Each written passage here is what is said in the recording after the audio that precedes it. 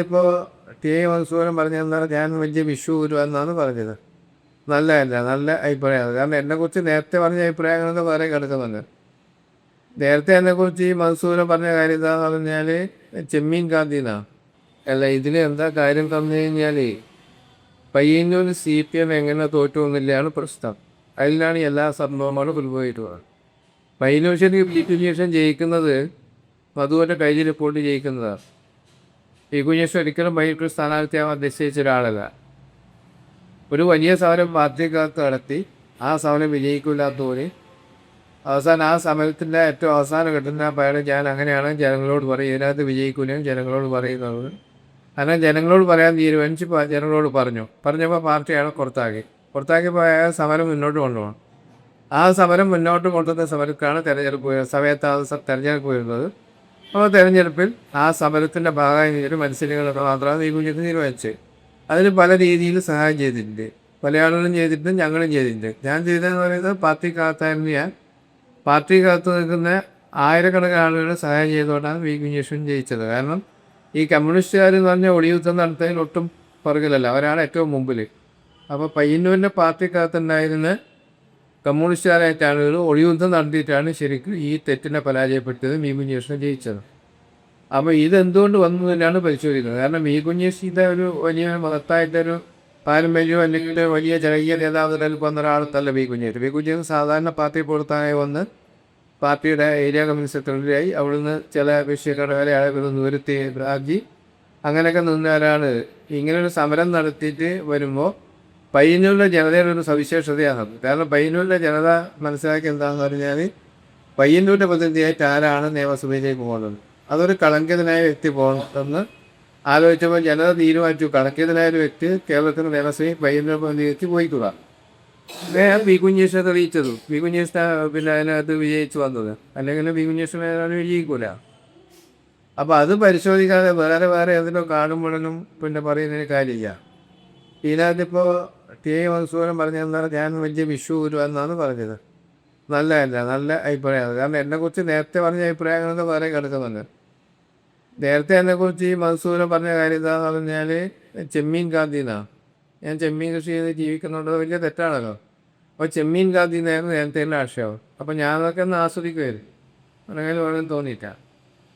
അതേപോലത്തെ അത് കഴിഞ്ഞിട്ടാകുമ്പോൾ മലയാള മനോരമ എന്ന് പറഞ്ഞ പത്രത്തിൽ ഒരു ലേഖകൻ പേര് വെച്ചിട്ട് എഴുതി. പേര് വെച്ചതെന്ന് പറഞ്ഞാൽ JP ആണ് പേര് വെച്ചത്. പേര് വെച്ചിട്ട് പയ്യന്നൂരിലെ റിയൽ എസ്റ്റേറ്റ് മാഫിയും ഇവിടുത്തെ CPM ബന്ധം വെച്ചിട്ട് ഒരു കണ്ടിന്യൂസ് കുറേ ദിവസത്തെ വാർത്ത ഭയങ്കര പ്രതിഷേധിക്കാൻ വേണ്ടിയിട്ട് ഈ റിയൽ എസ്റ്റേറ്റ് സംഘവും അതുപോലെ മധുവിൻ്റെ കൂടെയുള്ള കുറച്ച് ആളുകൾ ചേർത്തിട്ട് മലയാള മനോരമ ആഫീസിലേക്ക് മാർച്ച് നടത്തി. ആ മാർച്ച് നടത്തിയപ്പോൾ ആ മാർച്ചിനകത്ത് അന്ന് മധു പ്രഖ്യാപിക്കുന്നത് പറഞ്ഞാൽ ഒരു ഗാന്ധി പാർക്കിൽ കിടക്കുന്നതാണ്. അതായത് ഞാൻ അന്നവിടെ സമരം ചെയ്യാണ്, ഞങ്ങൾ സമരം നടന്നത് നക്കിയും കുറഞ്ഞ ആളുകളെ കണ്ടെത്തുന്ന സ്ഥലത്താണ്. അത് ഞാൻ ഏർപ്പെടായി. ഇതിനേക്കാൾ വലിയൊരു സംഭവമുണ്ട്. ഞാൻ വളരെ നേരത്തെ എനിക്കൊരു ഹാർട്ട് പ്രോബ്ലം ഉണ്ടായിരുന്നു. ഞാൻ 90 ജയിലിൽ പോയതിന് ശേഷം ഒരു ദിവസം രാത്രി ഞാൻ സംസാരിച്ചു കൊണ്ടിരുമ്പോൾ എനിക്ക് അവിടുന്ന് ഈ ശ്വാസം കിട്ടാതായി.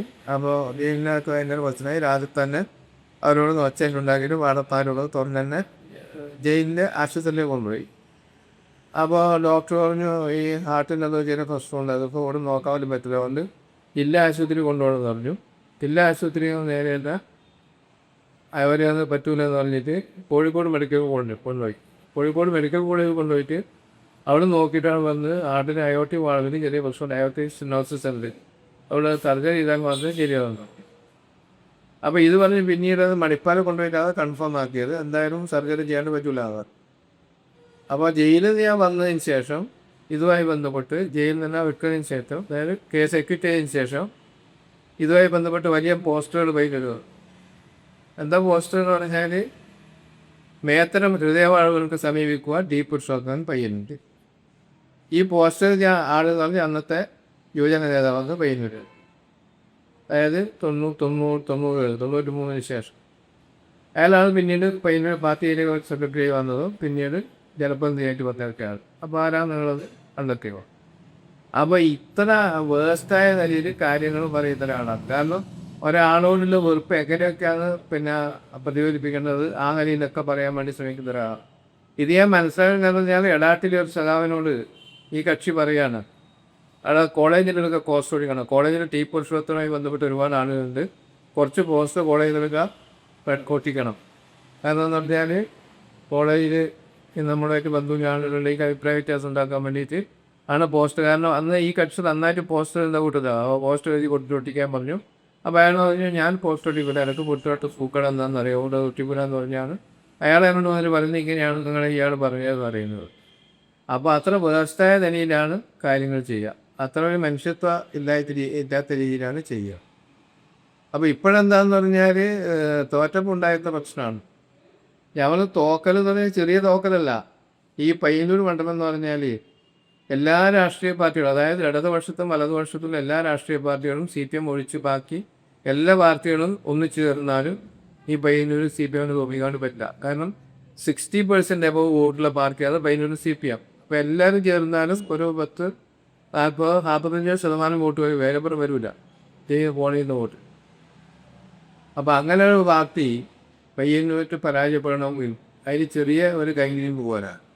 പി കുഞ്ഞിഷ്ട മേന്മ കൊണ്ടോ അല്ലെങ്കിൽ നമ്മുടെ ഒരു പ്രവർത്തനം ഉണ്ടോ എന്നല്ല ജയിച്ചതെന്ന് പറഞ്ഞാൽ ഈ പറയുന്ന ആളുകളുടെ കയ്യിലിരിപ്പുണ്ടാകും.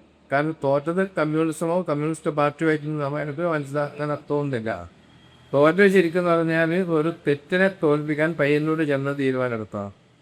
കാരണം നേരത്തെ പറയുന്നുണ്ട്, കാരണം പയ്യന്നൂർ ജനത എന്ന് പറയുന്നത് അവരുടെ തെറ്റിയായിട്ട് ഏതെങ്കിലും ഒരു കളങ്കിതനായ വ്യക്തിയെ നിയമത്തിൽ എടുക്കാൻ തയ്യാറില്ല, അങ്ങനെ കൊയ്ക്കൂടാന്ന് ആളുകൾ തീരുമാനിച്ച് ചെയ്തതാണ്.